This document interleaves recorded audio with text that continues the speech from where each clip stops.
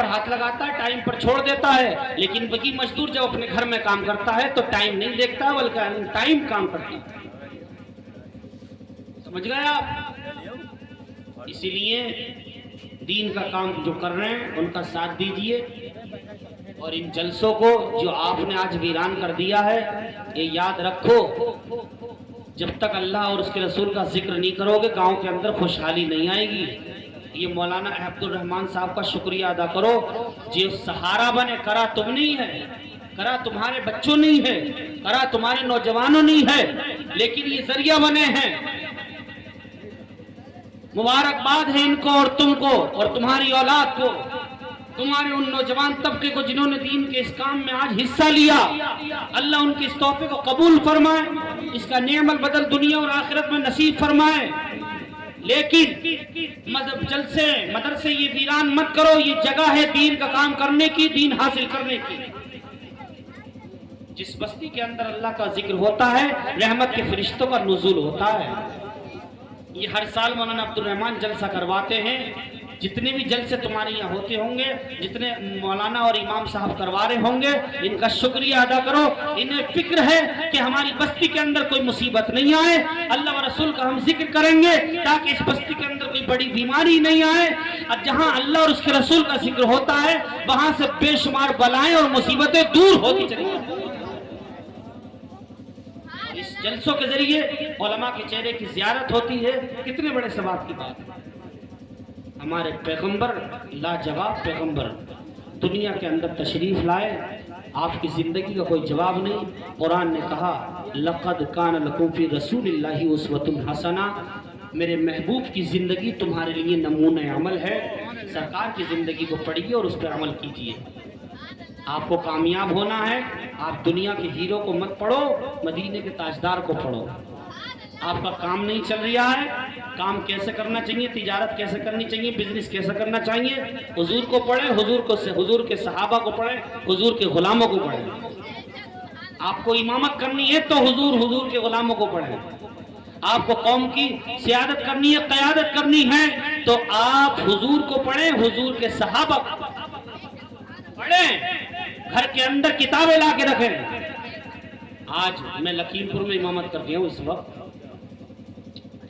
ایک عام شخص نے آ کر میرے پاس یہ کہا، میں نے یہی جملہ تقریر میں کہا تھا کہ گھر کے اندر کتابیں ہونی چاہیے، تو میری زبان سے نکلا کہ گھر میں قانون شریعت ہو، بہار شریعت ہو، تو اس نے بہار شریعت نوٹ کر لیا لفظ اور یاد رکھا، اور آج موقع ملا مجھ سے ملاقات ہوئی تو اس نے مجھ سے کہا حضرت بہار شریعت کتاب کیسی ہے؟ میں نے کہا بہت پیاری اور لاجواب کتاب ہے، ایسی کتاب ہے کہ آج کے بڑے بڑے عالم کو بھی اس کی ضرورت پڑ جایا کرتی ہے۔ جتنے بھی عالم اور مفتی ہیں جو تمہارے سامنے ہم اونچی اونچی اور بڑی بڑی دستار باندھ کے آتے ہیں، وہ اتنی لاجواب کتاب ہے کہ بڑے بڑے مفتی کو اس کو پڑھنا پڑتا ہے، اور ایک بار نہیں پوری زندگی میں اس کو ایسے پڑھنا پڑتا ہے جیسے انسان قرآن کی جیسے تلاوت کر رہا ہے۔ بہار شریعت جانتے ہو کس کی ہے؟ اعلیٰ حضرت فاضل بریلوی کے شاگرد کی کتاب ہے۔ جب وہ مفتی بن گئے تھے، جب پورے پڑھ گئے تھے تو پڑھائی کر کے وہ گھر پہ چلے گئے کام کرنے کے لیے۔ بولے پڑھائی ہو گئی اور اب گھر کے کام کیے جائیں گے، گھر والوں کا معاملہ سنبھالا جائے گا۔ اعلیٰ حضرت نے ان سے کہا میں نے تمہیں مفتی اس لیے نہیں بنایا تھا کہ گھر کے کام کاج میں لگ جاؤ۔ کیا کر رہے ہو؟ کہا پرچونے کی دکان کھول دی ہے۔ کہا مفتی اس لیے نہیں بنایا تھا کہ پرچونے کی دکان بیچو، فوراً بریلی آؤ، یہاں دارالفتہ میں بیٹھو اور لوگوں کے مسئلے حل کرو۔ کہ تمہارے گھر کا خرچہ جو ہوگا، معاملات جو ہوں گے وہ ہم دیکھ لیں گے۔ دین کا کام ایسے ہوا، لوگ کہتے ہیں اعلیٰ حضرت ہر جگہ، اعلیٰ حضرت ہر جگہ، اعلیٰ حضرت پڑھا ہے اعلیٰ حضرت کو؟ اعلیٰ حضرت گھاس چھیلنے والے کی سمجھ میں نہیں آتے ہیں۔ ارے اعلیٰ حضرت بڑے بڑے مولوی کی تو سمجھ میں آتے نہیں ہے، ٹھیلا چلانے والے کی سمجھ میں آ جائیں گے؟ بڑے بڑے مولوی کی سمجھ میں اعلیٰ حضرت نہیں آتے ہیں۔ اعلیٰ حضرت نے زمینیں بیچی ہیں، اعلیٰ حضرت نے اپنی جائیداد کو قربان کیا ہے، کس کی خاطر؟ مصطفیٰ کے دین کی خاطر، قرآن کی خاطر، مصطفیٰ کی حدیث کی۔ طلبہ اہل سنت، جشن عید میلاد النبی، سرکار کی آمد، دلدار کی آمد، جشن عید میلاد النبی، حضرت علامہ مولانا مراد اسحاقی صاحب قبلہ، نعرہ تکبیر، نعرہ رسالت۔ آج آپ کے سامنے ابھی میرے استاد گرامی علامہ اسحاق رضوی صاحب حاضر ہونے والے ہیں۔ میں نے ان کے پاس 9 سال الحمدللہ تعلیم حاصل کی ہے۔ جب میری پڑھائی مکمل ہوئی، گھر کے معاملات کچھ ایسے تھے جو پیچیدہ تھے، لیکن حضرت مجھ سے جب بھی میں ملنے جاتا تھا اور حالات سامنے رکھتا تھا تو یہی کہتے تھے کہ تمہیں گھبرانے کی ضرورت نہیں ہے، تم دین کا کام کرو، دین کے لیے فکر مند رہو، دین کے لیے ٹینشن ہو تو دین کی ہو، دنیا کی نہیں ہو۔ یہی کہتے تھے کہ دین کی فکر رکھو، دین کی فکر رکھو، جتنے بھی گھر کے کام تمہارے دنیا کے اعتبار سے بگڑے ہوئے ہیں وہ سب دھیرے دھیرے سنورتے چلے جائیں گے۔ الحمدللہ وہ بات کہے ہوئے 5 اور 6 سال ہو گئے۔ اسی 5-6 سال کے اندر 5 اور 6 سے زیادہ کام ایسے سنبھال دیے ہیں، ایسے بدل دیے ہیں جو ایسا لگتا تھا کہ کبھی بھی صحیح نہیں ہوں گے، لیکن قرآن پڑھنے کی برکت اور بچوں کو قرآن پڑھانے کی برکت سے اللہ رب العزت نے 5-6 سال کے اندر وہ سارے کام جو بگڑے ہوئے تھے سب بنا کے لے گئے۔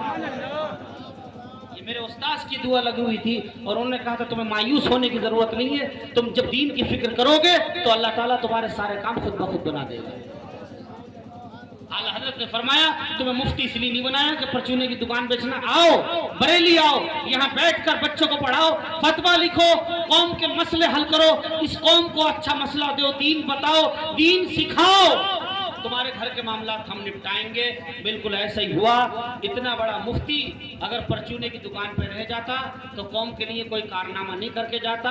اعلیٰ حضرت نے اتنے قیمتی جوہر کو سنبھال کے رکھا اور کام لیا دین کا، تو انہوں نے اسی زندگی میں بہار شریعت لکھی، اتنی عظیم کتاب لکھی کہ آج بڑا بڑا مفتی اس پر فخر کرتا ہے، ناز کرتا ہے اور کہنے پر مجبور ہو جاتا ہے اگر بہار شریعت نہ ہوتی تو اس دور میں نامعلوم ہمارا کیا ہوتا۔ دی ہے ہمارے علماء نے بہار شریعت کتاب آپ اپنے گھر میں رکھیے۔ تو وہ صاحب بولے کہ مجھے بہار شریعت چاہیے اور مجھے بتائیے کیسے ملے گی اور کیسے ملے گی، یہ کیا ہے، کتنی بڑی کتاب ہے۔ میں نے کہا آپ فکر نہ کریں، 2-4 دن میں آپ کے پاس یہ کتاب آ جائے گی۔ ہماری یہ کوشش رہتی ہے کہ آپ 1 قدم بڑھاؤ گے ہم تمہارے لیے 10 قدم بڑھا دیں گے، لیکن تم آؤ ہم تمہارے لیے تیار ہیں قربانی دینے کے لیے۔ ہم تو کہتے ہیں مسجدوں میں بھیجو بچوں کو پڑھنے کے لیے، مدرسے بھرو بچوں سے، دینی تعلیم بھی بڑھاؤ، دنیا کی تعلیم بھی اس میں رکھو۔ تمہارے بچے ایجوکیشن کے ماحول میں جانا چاہیے، تمہارے بچے اتنے نکھر جائیں کہ جب وہ جوان ہوں تو برے کام نہیں کریں، جب ان کی شادیاں ہوں تو وہ اپنی بیوی کا حق ادا کریں، جب تم بوڑھے ہو جاؤ تو تم جیسے ماں باپوں کی وہ خوب خدمت کریں، سماج میں بھی اچھے بن کے رہیں، مرنے کے بعد قبر میں بھی اچھے رہیں، آخرت میں بھی اچھے رہیں۔ جب ایسا طبقہ تم دنیا کے اندر تیار کر کے جاؤ گے تو دنیا دیکھ کر ان کو یہ کہنے پر مجبور ہو جائے گی جب یہ اتنے پیارے ہیں تو ان کو کلمہ پڑھانے والا مصطفیٰ جان رحمت کتنا پیارا ہے۔